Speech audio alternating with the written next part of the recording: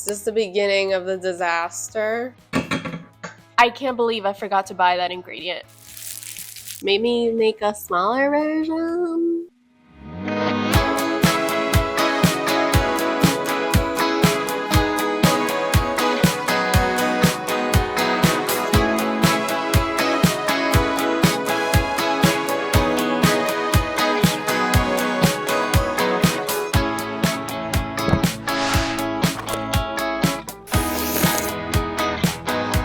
Welcome to another episode of Realistic Baking. The last one was a little bit of a disaster.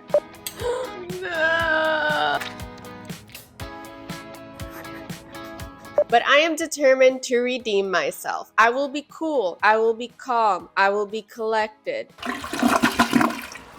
Today we will be making a Ferrero-Rocher cake with hazelnut buttercream, Nutella filling, and a dark chocolate ganache strip. And if you expected me to memorize that, you're new here. If you want to follow along, I will leave the recipe in the description below. So we're going to get started by gathering all of our dry ingredients. I should have made this wine. It would have been a lot more fun.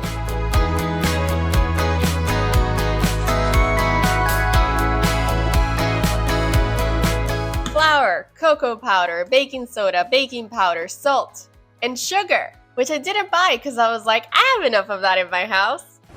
I need 2 cups. How did I mess this up already? I just started and I can't believe I forgot to buy that ingredient.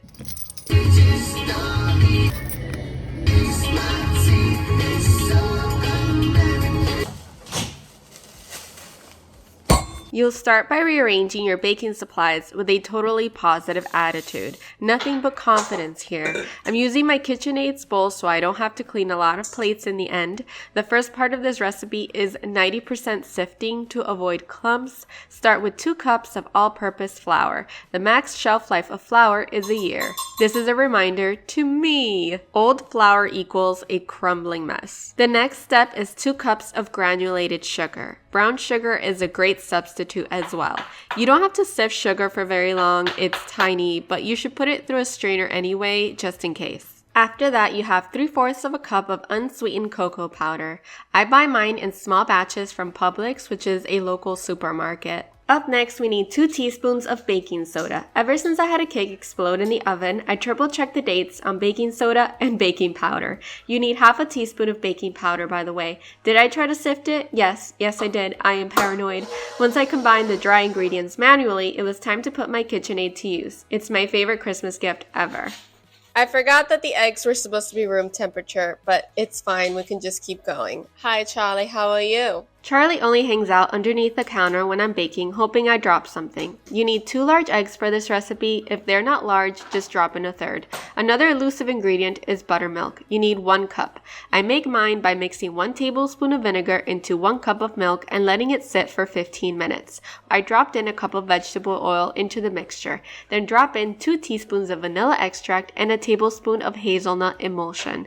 One step I would change is a cup of hot water. I would prefer regular milk or even buttermilk to make the cake richer. By then my milk had curdled, so I threw it in and started mixing. It should look like this in the end. I suggest taking it out of your machine and mixing the bottom because the attachment can't reach that low. Set your oven for 325 degrees and look for some pans. The original recipe is for 3 8-inch pans, but I ended up putting mine into 12-inch pans. If you don't want your cake to stick, place a baking sheet at the bottom of each and grease the sides with pan spray. Then let your pans cool upside down so gravity does the rest. I divided my batter with a measuring cup. It was a surprisingly clean process. You can bake these for 20 to 25 minutes. I like to do 20, check the texture using a cake tester, and if it's still wet, give it another 5 to 10. A rebel without a cause, living out of the blue. Used to think I knew it all. So today we're gonna make our Nutella filling and our hazelnut buttercream. But I don't know if you guys can tell, but our cake is like, it's a little lopsided. What? But I refuse to cut any of the layers. I'm not gonna waste any cake, okay? So we're gonna play architect and we're gonna make it structurally sound. Oh no. Is this the beginning of the disaster? I never buy Nutella because it has so much sugar, but I needed a cup for the filling. I have to be honest, I really didn't measure it. It was so sticky, and the idea of putting it into a measuring cup and then scraping that off, no thanks.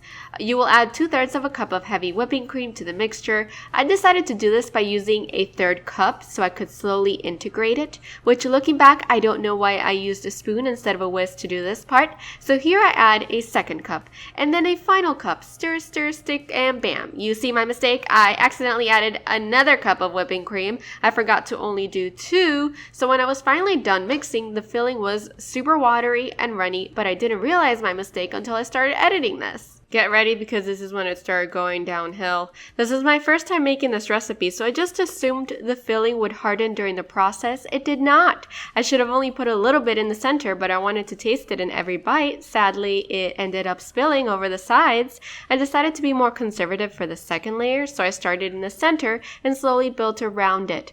Luckily, the bottom was clumpier, so it stayed in place. Then I added the last layer, but I ended up losing a little piece from the bottom, which scared me for some reason.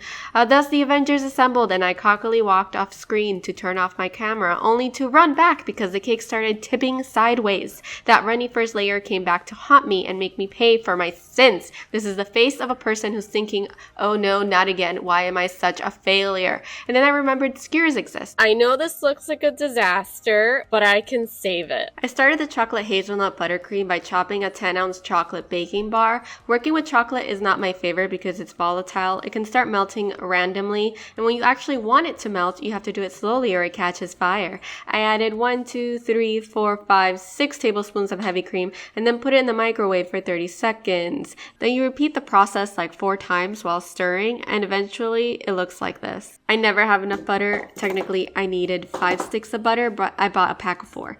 Improvise, adapt, conquer. These were not room temperature enough, so I cut them into little squares so that they would mix better. Racing to the finish line, but I'm still on the run. While they're settling down, now you're falling. Yeah, I thought I'd have it figured out by now. It took a while to reach a pasty consistency, and then I added a pinch of salt and 2 tablespoons of vanilla, even though I only needed 1. I don't know why I did that. Then deja vu, back to sifting. The recipe calls for 6.5 cups of powdered sugar. That's insane. This is why so many people don't like cake. The buttercream is too sugary. I ended up adding about 4 cups instead, and the buttercream still had this nice glossy texture while remaining sticky enough. I retrieved my cake to start frosting it, and the filling did not freeze, but instead of scooping it off, I tried to mix it with the buttercream. I started working on the bottom coat, or the foundation of the structure, if you will. The cake was still too sideways, which I would address fully on. I decided to use the buttercream like concrete to fake the shape of the cake. I know it doesn't look great here, but it's a process. It needs time. This voiceover started so calm and so professional. What is my life? So the cake is in the fridge where I need to let it freeze for a little bit. The buttercream is also in the fridge so that it gets harder. So hopefully I can clean it up a bit. I forgot what I was going to say. So literal hours have passed and this cake is frozen solid. So I'm going to wait a little bit so it softens up and then we're going to try and reshape it. It's still like a little sideways, but a lot better. But I'm not fast.